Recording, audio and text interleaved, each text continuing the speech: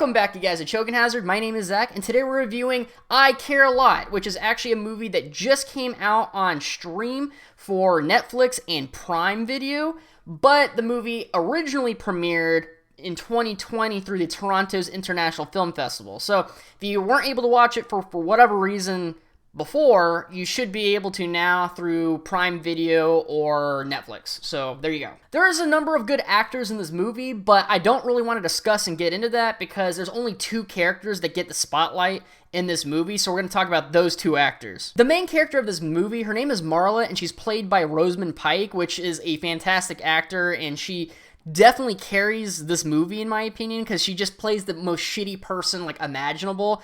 And basically what she is she's a legal guardian that is appointed by a judge, and she has this kind of scheme, this monopoly that she has, where she'll entrap older people that don't actually need any help. Like, they don't need to be in a nursing home whatsoever. She'll entrap them, make sure that they can't talk to their families, so they'll take the phone away, and have them in these nursing homes.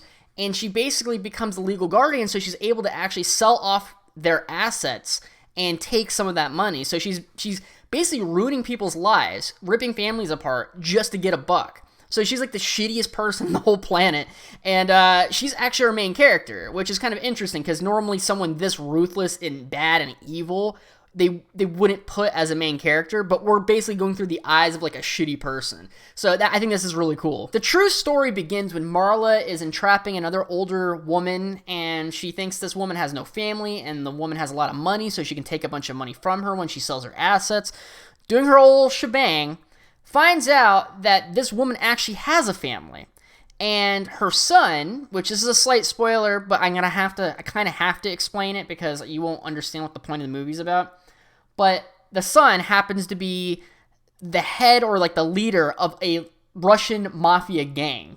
So he has a lot of power. He knows how to torture people. He assassinates people. He's a Russian mafia leader. You know what I mean? So like she's basically a monster, and she messed with a bigger monster. And I love that type of premise to a story. The Russian mafia member, by the way, is played by Peter Dinklage, and I love Peter Dinklage. He's an awesome actor. He has a wide range. He can play an angry person. He can be funny. He can be witty. He can be sad. I like his range as an actor. Amazing. Problem is, they kind of underutilize him in this movie because he just kind of plays like an angry dude, which is great. But if you're going to play if there's going to be like an angry dude as like your character that you're playing, they could pick anybody. They could pick anybody, and they could pick somebody a little more intimidating looking than Peter Dinklage, which, I mean, that's my opinion. I love Peter Dinklage. I mean, you put him on anything, like, I'm fine with it. I love him. He needs to get more work. It's just that in this particular role, he's just really underutilized, in my opinion. They could just pick like some other shitty, muscular, big actor to play this role and be just kind of a little more intimidating, if that makes any sense. But other than that, love Peter Dinklage. He's the mafia member. Okay, now to my critique of the movie. I like that kind of that storyline of having a monster get eaten basically by another bigger monster. You know, Rambo's kind of like it. John Wick is like it. You know, John Wick, there's a bunch of shitty gangsters or whatever. They beat him up. They kill his dog after his wife died.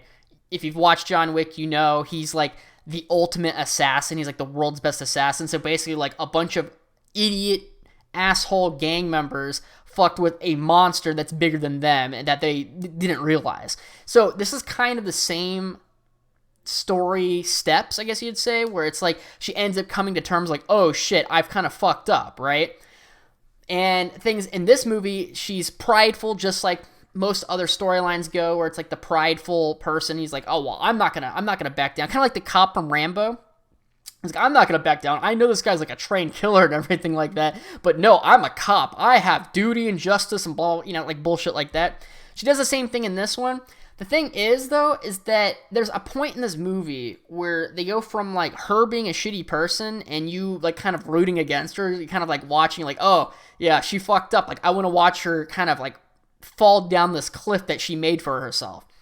Well, they kind of, at, like, the halfway, maybe, like, 3/4 mark of the movies, like, the last, like, 45 minutes, they basically make it where they want you to kind of root for her, even though she's like the shittiest person on the planet. You know what I mean? Like, kind of like goes against the whole idea of the story that they built up. And I'll just tell you right now, I did not like the ending of this movie. It kind of pissed me off. You could possibly like it. I don't know. This is more of a personal thing for me.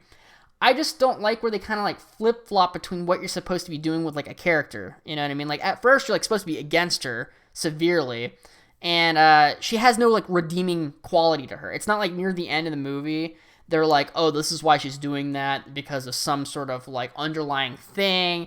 Basically, she's a shitty person from the start of the movie, and she's a shitty person at the end of the movie. But then they kind of just, at some point in the movie, just go, well, you know, you should be rooting for her because the other person's worse. And you're like, but I wanted to see her get fucking destroyed by this person. That's kind of like how you set up the movie. You know what I mean? Alright, you guys, I'm just going to tell you how it is for me. I did not like this movie that much, and it has nothing to do with the setup of the movie or the meat of the movie. They just kind of messed up the end of the movie for me, and that's about it. And that's the thing, though, is that certain plots to movies do need a really satisfying conclusion. It's like whenever you have a type of movie that has that plot where it's like a little fish or a little monster gets eaten by a bigger monster that they didn't realize was a bigger monster, you want to see the person that was originally the bad guy get their comeuppance by the bigger monster. John Wick, Rambo, things like that. They all have satisfying endings where the bad guy in the beginning gets what they deserve, and they kind of, you know, at the end they come to terms and go, yeah, I effed up, you know, no more, I'm done, you know. And they never have that moment in this movie. The main character, I guess she's even kind of like the bad guy in this too. She never gets what she deserves, and you just wish that she did by the mafia member. But they never really get to that point, and she never really comes to terms with like her wrongdoing, you know. And that just like sucks away the whole point of like everything else in the movie, in my opinion. And it's like a really long joke that has a shitty punchline. It's just, it ruins the whole build-up. Makes the build-up worth nothing. For me, personally, if that doesn't bother you, it's like a B+ movie. But for me, I'm giving it a C.